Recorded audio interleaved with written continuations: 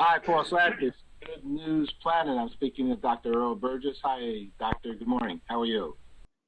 Hi, good morning. Thank you. Well, We're going to talk about Prostate Cancer Awareness Month and some new methods in prostate cancer, okay?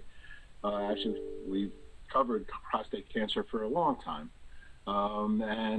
Is prostate cancer increasing in men? And I guess we'll just talk about America at this point. Is it increasing here in our country? Thank you for the opportunity to speak with you today and to raise awareness about prostate cancer. As you mentioned, this is a very common disease. It's the second most common cancer in men in the United States now, behind skin cancer. About 250,000 men are diagnosed with prostate cancer each year in the United States now, and almost 35,000 men are dying from it. And as our population ages, prostate cancer is something that is more common as men age. The incidence is increasing as our population does. Do we have any indications on why this is happening? Well, as our population grows and our population ages, because this is a cancer that's more commonly associated with men in their 60s, that really the demographics of our country is driving the growth in the number of cases that are increasing. Aha. Do we think it's something they eat? Or what do we think it is? It's just a bodily concern? Or is it just a mechanism of our bodies? So the thought so far. Right, that's a good question. We really don't know much about any environmental risk factors, with some exceptions, that may contribute to the development of prostate cancer. The most common risk factors that we do know about, as I mentioned, are age, but also family history and race are the three most important risk factors that we know that exist today. So what should a man do, and when should he do it? I mean, I've been taking prostate examinations, I guess, since I was a young man. In the old days, someone used to put a finger up your part of your body, right? And they would, I guess, be feeling for something. And what were they feeling for when they did it in that approach? Right. There's been a lot of discussion in recent years about how best to screen for prostate cancer in men. One way, as you mentioned, is through a physical exam where physicians can actually feel the prostate to see if it feels abnormal, to suggest that there could be cancer there.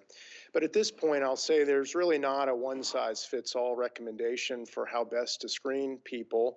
This is driven by what an individual's risks are. And as I mentioned, this is influenced by someone's age, their race, and their family history. And so what I would recommend is that men simply speak to their physician starting in their 40s about their personal circumstances and any risk factors they may have, so that they can formulate an individualized screening strategy for them based on their risk factors. So then, after not doing that as much, I'm with my same doctor for many years, him sending me for a blood test. And what is the blood test? How is the blood test able to help us? And we're going to talk about new treatments that seems to me much more sophisticated. Which, thank you. I think Novartis is behind this, and thank you very much for that. What is that blood test? Right, you asked. Thank you. The blood test that we most commonly use is called PSA, stands for prostate-specific antigen. And this has been used for many decades in effort to screen for cancer in men. So I've just alluded, there's been a lot of discussion about the role of PSA in screening in recent years.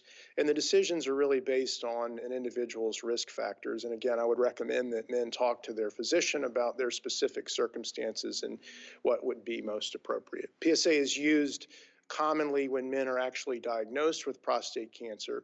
And in that setting, it's a much more effective tool to guide physicians to understand whether treatments may be working or may not.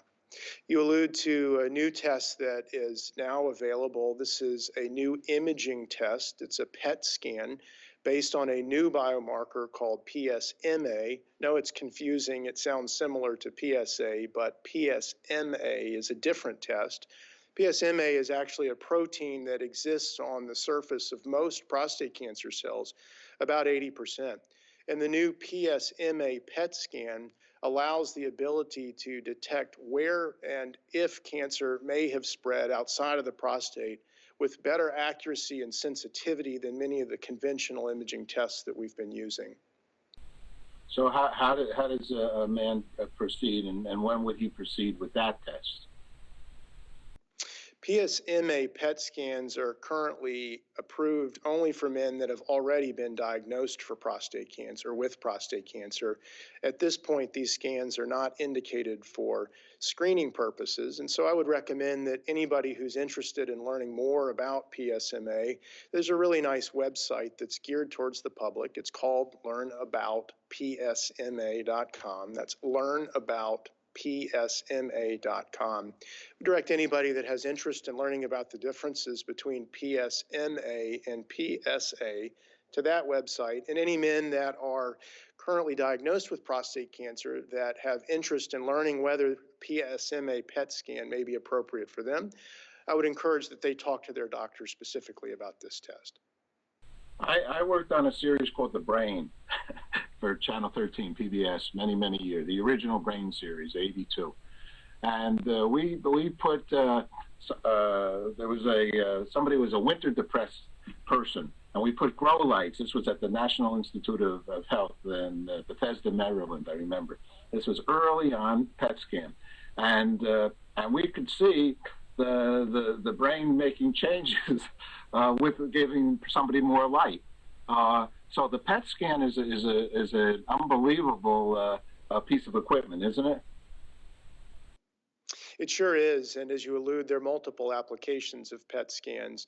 Not until recently have we begun to use them in prostate cancer, and specifically the approval of PSMA PET scans, I think, are going to improve the management of prostate cancer in the near future. And so, and a man would go and the machine do his thing, and then a radiologist would take a look, right?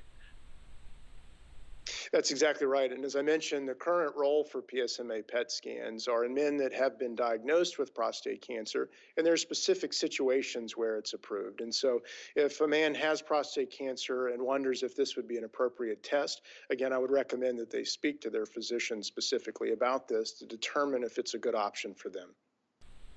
There's somebody with, first of all, the responsible way to be as a person is to get checked up at least once a year. Wouldn't you say, in general, for your own body's health, and do blood tests and have a doctor? Hopefully you have a family doctor who you continually go, who keeps your records, things like that. What do you suggest for a man? And when do you, 18 years old, 12 years old, stick with it and be responsible? I agree with you. I think that all adults should be seeing a physician at least annually, just for routine health maintenance and checkups. Prostate cancer really doesn't start to become common in men until their 50s and more commonly in their 60s. But some men with more risk factors are at risk for developing in their 40s. So I would certainly recommend that any man in his 40s see his physician at least on an annual basis, and specifically ask about what the physician's assessment of that individual's risk factors for prostate cancer are, so that they can determine what the most appropriate screening strategy is. Okay, doctor, thank you very much. Anything else you want to add? We have a website here. You want to mention that again? Sure, thank you. I think there's really three key points from our conversation that I would like the audience to know. One is that prostate cancer is very common. Two, as I've mentioned, men should speak to their physician about their individual circumstances so that they can formulate a specific screening strategy for prostate cancer for them. And three, PSMA is a new biomarker that's going to improve the management of prostate cancer in the near future.